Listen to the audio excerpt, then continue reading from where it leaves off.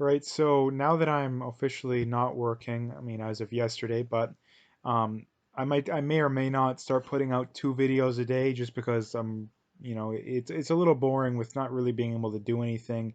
You can't really go out and do anything, and watching TV and all that kind of stuff just gets boring after a while. So I might start to put out 2 videos a day, just basically just because I want to be able to do extra stuff. And this whole thing has really got a lot of people affected.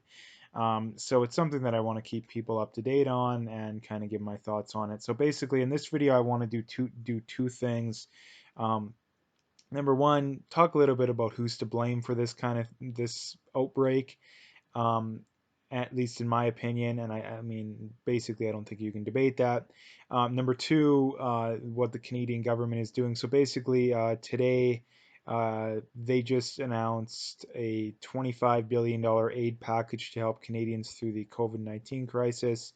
So basically, the federal government is set to announce a massive aid package worth more than 25 billion to help Canadians and businesses get through the COVID-19 crisis. CBC News has learned. A senior government official told CBC News the package will be delivered through existing safety net programs, including employment insurance and the Canada Child Benefit. It's going to be significant and comprehensive. People need to get People need rent money and groceries. Businesses need to bridge to better times. I'm not going to read the whole thing, but like I say, apparently they're going to come out tomorrow and make another major announcement. So maybe we'll get more details on this kind of stuff.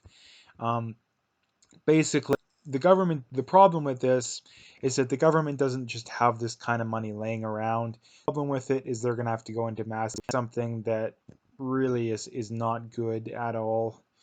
This would be that people just are given if they can because that means that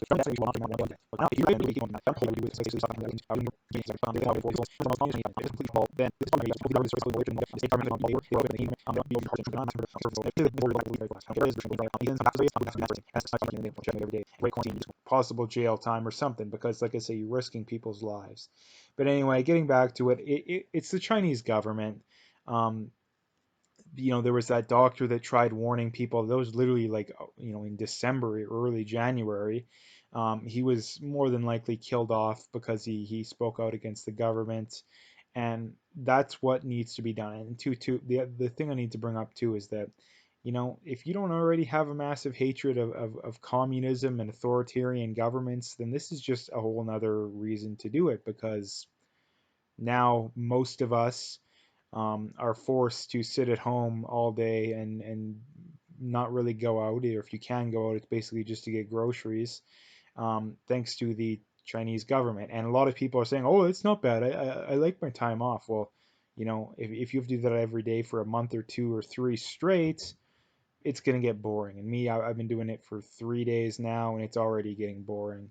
But a lot of people are just lazy as can be, and they kind of like that kind of stuff. I can't anything more than about a day, and I start to get, I want to go out and get out in there and do stuff.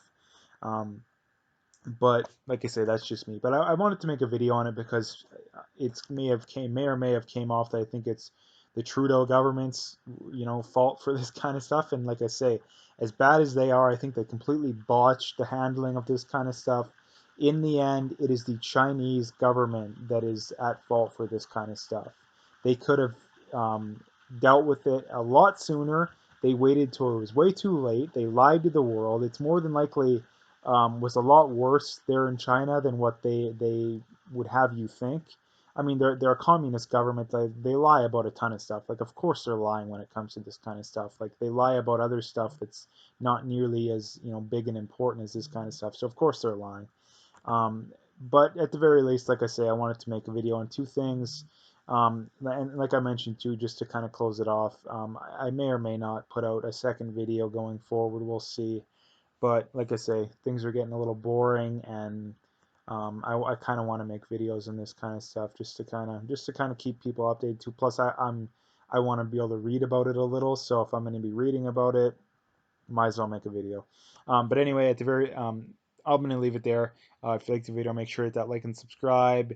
Check out my PayPal account link in the description. I also have an email address for e-transfer I appreciate any donations.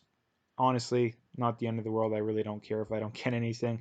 But at the very least, just hit that like and subscribe if you haven't already.